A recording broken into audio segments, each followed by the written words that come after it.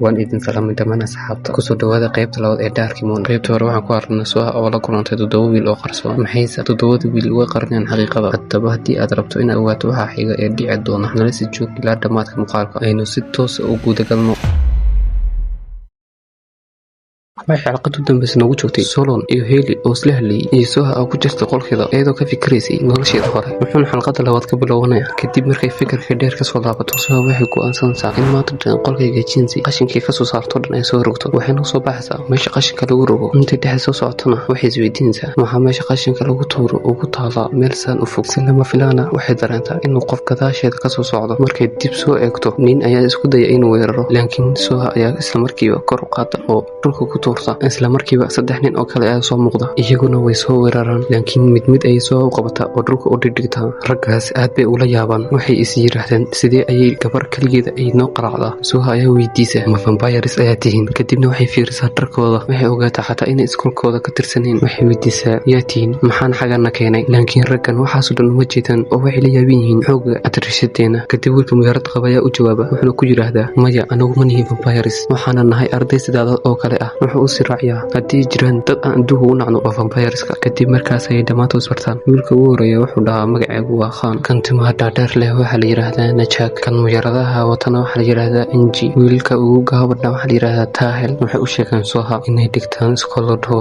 Sunshine City School. iyagoo weli hadlaya ayay meesha yimaadeen Nova iyo Ja. waxay weydiiyaan yaa tihiin, maxaana Suha ula joogtiin? Khan ayaa ugu jawaaba waan ogeyn inay imaan doontaan, arrintan dhammaanteed indiga ayaa ka dambeeyey. waxaana loo sheegayaa in sababta ay u imaaneen meeshan ay ahayd in saaxiibkood ayaan hore ay dileen vampires. waxayna ka shakiyeen in Nova iyo saaxiibadood ay dilka ka dambeeyeen. burankooda ayaa sii kululaada, waxayna ku siteen inay dagaalamaan. isla waqtigaas Suha ayaa qaylisa, waxayna tiraahdaa joojiya waxa aawadiin. markay hadalkaas tiray, Nova ayaa si lama filaana u istaagay. Najakna isaguna sidaas oo kale ayuu meesha u istaagay. labaduba way yaabeen, waxayna isweydiiyeen maxaa dhacay, maxaana u dhaqaaqi la'nahay. waxaa markaa la muujiyey in Suha ay leedahay awood daahsoon oo dadka dhaqdhaqaaqooda joojin karta. isla markiiba Hailey ayaa yimid. wuxuu ku yiri Khan, wax kasta oo aad rumaysan tahay waa khalad. anagu maanan dilin saaxiibkiin, xitaa dilkiisa kamaanan dambeyn. laakiin Khan hadalka ma dhagaysto, wuxuuna ku adkaystaa waan huba inaad idinku disheen. kadib Hailey aad ayuu xanaaqaa, indhihiisuna waxay isku bedeleen casaan dhalaalaya. wuxuu ku sigtay inuu weeraro Khan, laakiin markaas Suha ayaa cod dheer ku tiraahdaa joojiya wax aad wadin. markii uu codka maqlay, asaga qodhiisa xataa u istaagay sidii saaxiibadii. wuxuu gartay inuu ku sigtay inuu wax khalada sameeyo. markaas ayuu si degan ugu yiraahdaa Khan, markale ayaan ku sheegayaa wax kasta oo dhacay. mid kalena anagu maanan dilin saaxiibka. haddii aad weli rumaysan laadahayna, tartanka Nightball ee soo socda ayaan kala bixi doonaa. haddii aad rabto inaad nala dagaalamto, halkaas aynoo balaba. Khan ayaa ku jawaaba hagaag,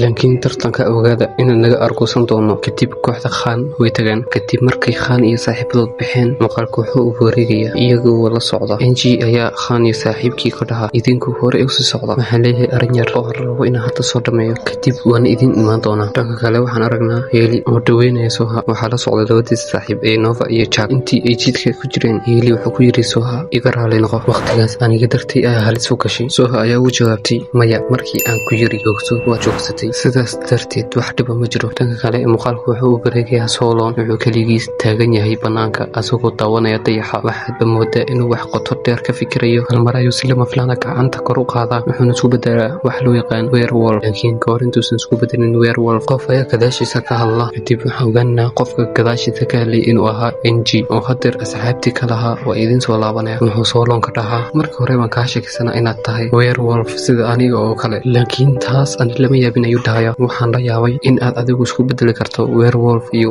vampire hal mar. taas waxay kaa dhigaysaa hybrid, waana arrin aad u dhif ah. sababtoo ah werewolfka iyo vampireka waa cadow soo jireyna. in uu qof labadooduba isku mar noqdo waa wax aan si fudud u dhicin. Solon ayaa weydiiyey wuxuu halkan ka qabanaya. Inji ayaa ugu jawaabay waxaan rabay inaan ka hadlo saaxiibkii shalay la dilay. Solon ayaa si degan ugu yiri haddii aad weli naga shakisan tahay, mar kale ayaan kuu sheegayaa, annaga iyo saaxiibadeenuba ma aanan dilin saaxiibka, waana ugu kalsoonaan kartaa. kadib Inji ayaa hadlaya asagoo dhahaya waa isla sidii uu Hailey ii sheegay. waxay ogaagtay inay arrinkan ayagu ka dambeyn. kadib Inji ayaa su'aal kala weydiinaya asagoo ku dhahaya mararka qaarkood ma dareentaa inay jiraan vampire aan iniga ahayn oo ku nool magaaladan? Solon ayaa u jawaaba waan dareemaa mararka qaarkood. ugu dambeyn Inji ayaa u jawaabay jawaabay hagaag habeenka ku wacnaado. Kadib NGO soconaya dhanka kale muuqaalka wuxuu nagu wareejiyaa Heli iyo saaxiibtood kuwaas oo mid soo gaareen qolka Soha wayna macal salaamisay. Markii ay damacdeen gudaha u gasho ayay dib u soo jeestay waxayna tiri hal su'aal ayaan idin weydiinaya. Markaan meesha joognay Khan wuxuu yiri saaxiibkay waxaa dilay vampire taasi ma runbaa? Heli ayaa u jawaabay haa. Dib Soha ayaa u sheegtay